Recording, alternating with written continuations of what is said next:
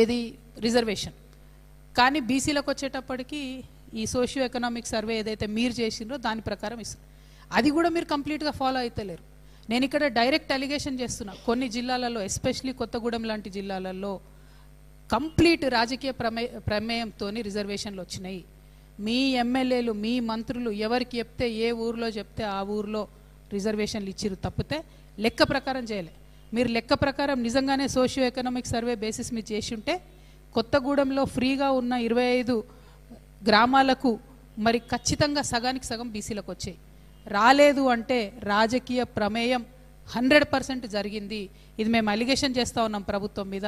చాలా చోట్ల జిల్లా కలెక్టర్లు చెప్పిండ్రు, మంత్రి గారు ఎవరికి చెప్తే ఆ ఊరు ఆ రిజర్వేషన్ ఉండాలి తప్పితే కాన్స్టిట్యూషన్ జాంతానయ్య అని కాంగ్రెస్ అన్న విషయాన్ని చెప్తున్నారు. I'm asking mister Rahul Gandhiji, will the reservation be according to your minister's wish and will? Will the reservation be according to your chief minister's wish and will? Or will the reservation be according to the constitutional guidelines? Dear Rahul Gandhiji, please answer people of Telangana.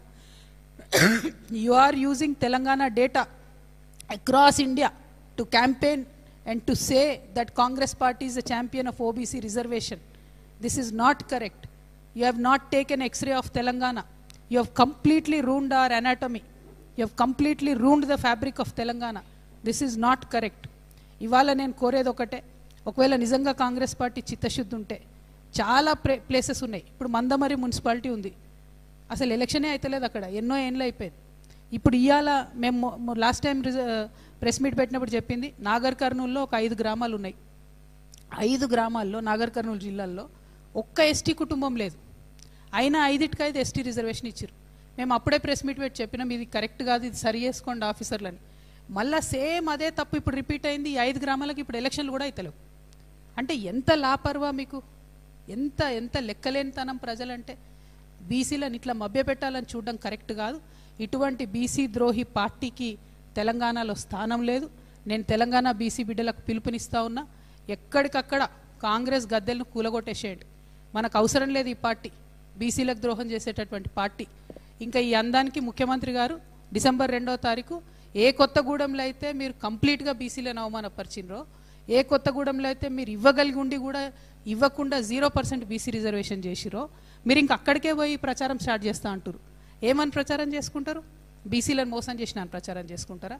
మొన్న ఖమ్మం పోయినప్పుడు కూడా మేము చెప్పడం జరిగింది, మొత్తం యావత్ ఉమ్మడి ఖమ్మం జిల్లాలో కేవలం ఒకే ఒక కొత్తగూడెంలో బీసీ ఎమ్మెల్యే గెలిచిండ్రు. కొత్తగూడెం తప్ప బీసీలకు ఎక్కడ ఆ జిల్లా ఉమ్మడి జిల్లాలో స్థానం లేకుండే. ఇప్పుడు అదే జిల్లాలో మీరు కనీసం ఒక బీసీ సర్పంచ్కు చోటు ఇవ్వకుండా మళ్ళా పోయి అక్కడనే ప్రచారం చేస్తామంటే ఇది డెఫినెట్గా బీసీలను అవమానపరచడమే. ఖచ్చితంగా కాంగ్రెస్ గద్దెలు కూలాల్సిందే. మనకు అవసరం లేదు ఆ పార్టీ. ఇవాళ బీసీలు ముందడిగేసి చైతన్యం నింపుకొని కాంగ్రెస్ మీద యుద్ధం చేస్తే తప్పితే మనకు రిజర్వేషన్లు రావు. ఏం చెప్పిన ముఖ్యమంత్రి గారు, నేను అఖిలపక్షాన్ని తీసుకుపోయి ఢిల్లీలో కూర్చోబెడతా అన్నారు. బడే బాయ్ అని చెప్పి బడే బాతా బోలే. ఒక్కసారన్నా మోడీని అడిగిండ్రా మీరు? కనీసం ఒక్క లెటర్ అన్న మీరు చూసిరానా? ఇంతమంది మీడియా మిత్రులను not even a single letter to Modiji asking for speed up in the process. ఎందుకు? జయలలిత గారు అప్పుడు పోయి 20 రోజులు కూర్చొని బలవంతంగా చేపించుకొని వచ్చింది పివి నరసింహారావు గారితో. ఏది మీ చిత్తశుద్ధి ఎక్కడుంది? ఎప్పుడు ఫైట్ చేసిరు మీరు బీసీల కోసం? ఎందుకు వేయాలి బీసీలు మీ కోట్లు?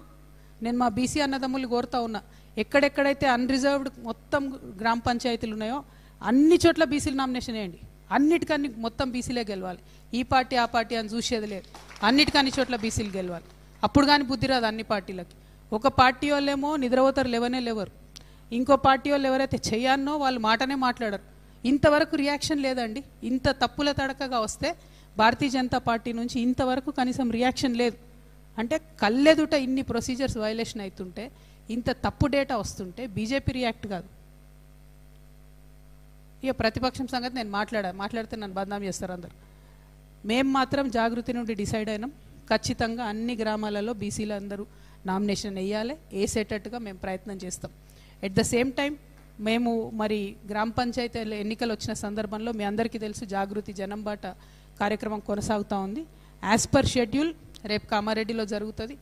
కానీ కామారెడ్డి తర్వాత ఉండేటటువంటి షెడ్యూల్లో మేము స్వల్ప మార్పు చేసుకొని అది గ్రామాలలో కాకుండా జాగృతి జనం బాట కంప్లీట్ హైదరాబాద్ పట్టణంలో కొనసాగే విధంగా జిహెచ్ఎంసీ పరిధిలో ఉన్నటువంటి 15 నియోజకవర్గాల్లో కూడా ఈ 15-16 రోజులు జిహెచ్ఎంసీలో నిర్వహించుకుంటాం. ఆ తర్వాత యథాతథంగా మళ్ళీ జిల్లాల నుంచి రెజ్యూమ్ చేసుకునే విధంగా మా యొక్క జనం బాట కార్యక్రమాన్ని స్వల్పంగా మార్చుకుంటా ఉన్నాం. ఎట్ ద సేమ్ టైం ప్రతి గ్రామంలో బీసీలు ఎవరైనా దీనికి గుర్తుండదు, ఏ పార్టీ వాళ్ళు అనేది పెద్దగా ఎస్టాబ్లిష్ అయ్యి ఉండదు కాబట్టి ప్రతి గ్రామ పంచాయతీ కూడా బీసీలు గెలిచేటట్టుగా ఉన్నటువంటి మొత్తం 10,000 గ్రామ పంచాయతీలలో మనకు ఎంత హక్కు ఉందో అంత కూడా బీసీలు గెలిచేటట్టుగా ఫైట్ చేయాలని చెప్పి దానికోసం ప్రయత్నం చేయాలని చెప్పి బీసీ బిడ్డలకు మేము పిలుపునిస్తూ ఉన్నాం.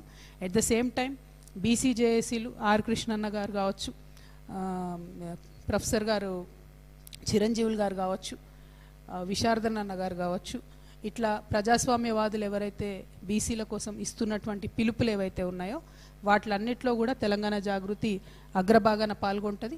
మా అంతటా మేము కూడా ప్రత్యేక కార్యాచరణ బీసీల హక్కుల కోసం కూడా తీసుకుంటాం. ఇవాళ మేము ఈ విషయాలన్నీ కూడా ఏవైతే డేటా తప్పుల తడకగా ఉందన్నటువంటి విషయాన్ని, గ్రామ పంచాయతీల వారీగా డేటా ఇవ్వాలన్న విషయాన్ని మరొకసారి గట్టిగా చెప్తూ ఫ్యూచర్ కార్యాచరణ అంతా కూడా మీరు రేపటి నుండి చూస్తారు. రేపు 2 రోజులు మాత్రం జనం బాట కొనసాగుతుంది కామారెడ్డిలో. ఆ తర్వాత షెడ్యూల్ అంతా కూడా మారుతుంది. అందరితో కూడా కలిపి ఫైట్ చేస్తాం. బట్ అల్టిమేట్గా ఈ ద్రోహంలో ప్రధాన పాత్ర కాంగ్రెస్ పార్టీదే. కాంగ్రెస్ పార్టీ జెండా గద్దెలు అనేటటువంటిది గ్రామాల్లో ఉన్నంతకాలం బీసీలకు ద్రోహం జరుగుతూనే ఉంటుందని చెప్పక తప్పని పరిస్థితి క్రియేట్ అవుతున్నది. కాంగ్రెస్ పార్టీ ఇప్పటికన్నా అర్థం చేసుకోవాలి, మేల్కోవాలి. అవకాశం ఉంటే ఎన్నికలు పోస్ట్పోన్ చేయాలి. ఈ రిజర్వేషన్ ప్రొసీజర్ అంతా కూడా రీవర్క్ చేయాలని చెప్పి కూడా నేను స్టేట్ ఎలక్షన్ కమిషన్ కూడా డిమాండ్ చేస్తూ ఉన్నా. మా బీసీ సోదరులందరూ కూడా కోర్టులలో కేసు వేసిండ్రు.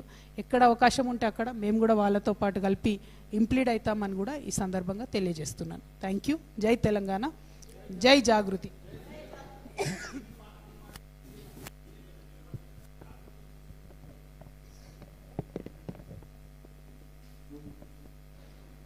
సర్పంచ్ ఎన్నికలలో పార్టీలే లేవు కదన్న, బీసీలందరూ మా వాళ్ళే కాబట్టి ఖచ్చితంగా బీసీలందరినీ కూడా పెద్ద ఎత్తున నామినేషన్లు వేయమని నేను కోరుతున్నా. ఏ పార్టీలు ఉన్నా బీసీలంతా జాగృత వాళ్ళే. బెస్ట్ బీసీ విల్ విన్ కదన్న. బీసీ